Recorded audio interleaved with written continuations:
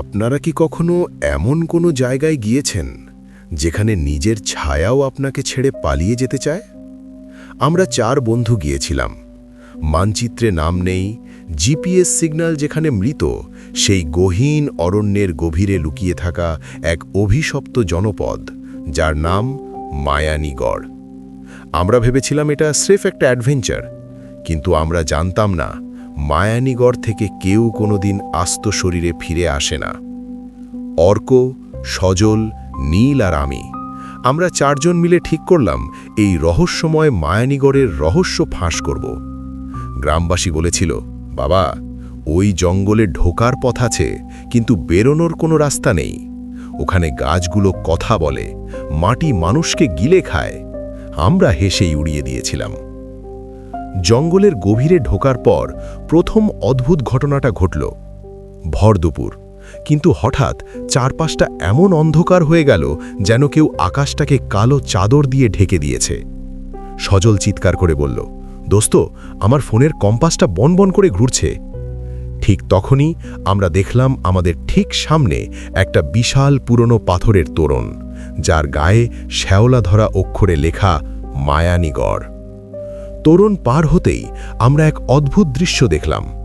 জঙ্গলটা হঠাৎ উধাও। আমাদের সামনে ছোট ছোট কিছু মাটির ঘর, কিন্তু প্রতিটা ঘরের জানলা দরজা বন্ধ। অদ্ভুত এক কর্পূরের গন্ধে বাতাস ভারী হয়ে আছে। হঠাৎ নীল থমকে দাঁড়ালো, কাঁপা কণ্ঠে বলল, অর্ক, তোর ছায়ার দিকে তাকা। আমরা সবাই পাথর হয়ে গেলাম। অর্কর ছায়াটা মেঝের ওপর শুয়ে নেই, বরং সেটা দেয়ালের উপর সোজা হয়ে দাঁড়িয়ে অর্কর দিকে তাকিয়ে হাত নাড়ছে। অর্ক যখন নড়ছে না, তখন তার ছায়াটা নিজে থেকেই নড়াচড়া করছে। ভয় পেয়ে আমরা দৌড় দিতে চাইলাম, কিন্তু তাকিয়ে দেখি যে তোরণ দিয়ে আমরা ঢুকেছিলাম সেখানে এখন শুধুই ঘন কাঁটাওয়ালা ঝোপ। বেরোনোর পথটা চোখের পলকে গায়েব হয়ে গেছে। হঠাৎ একটা ঘর থেকে নূপুরের শব্দ ভেসে এলো, সেই সাথে খিলখিল করে হাসির শব্দ। শব্দটা এক নাগাড়ে আমাদের চারপাশ দিয়ে ঘুরছে। নীল হিতাহিত জ্ঞান হারিয়ে কুয়াশার ভেতর দৌড় দিল। আমরা ওকে ডাকতে থাকলাম, কিন্তু কুয়াশা ওকে গিলে ফেলল।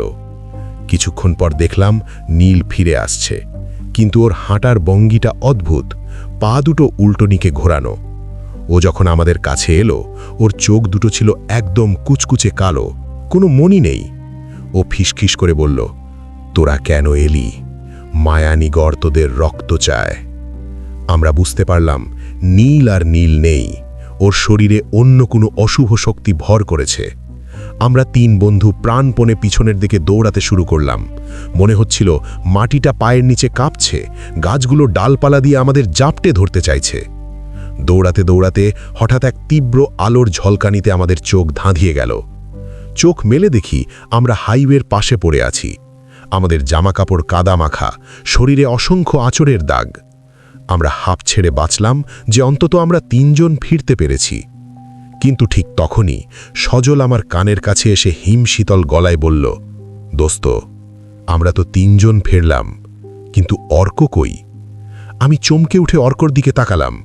অর্ক আমাদের সাথেই দাঁড়িয়ে আছে, কিন্তু ওর পায়ের নিচে তাকিয়ে আমার কলিজা শুকিয়ে গেল। রোদে দাঁড়িয়ে থাকলেও অর্কের কোনো ছায়া মাটিকে পড়ছে না। তার মানে আসল অর্ক ওই মায়ানীগড়েই রয়ে গেছে, আর আমাদের সাথে ফিরে এসেছে এমন কিছু যার কোনো ছায়া নেই।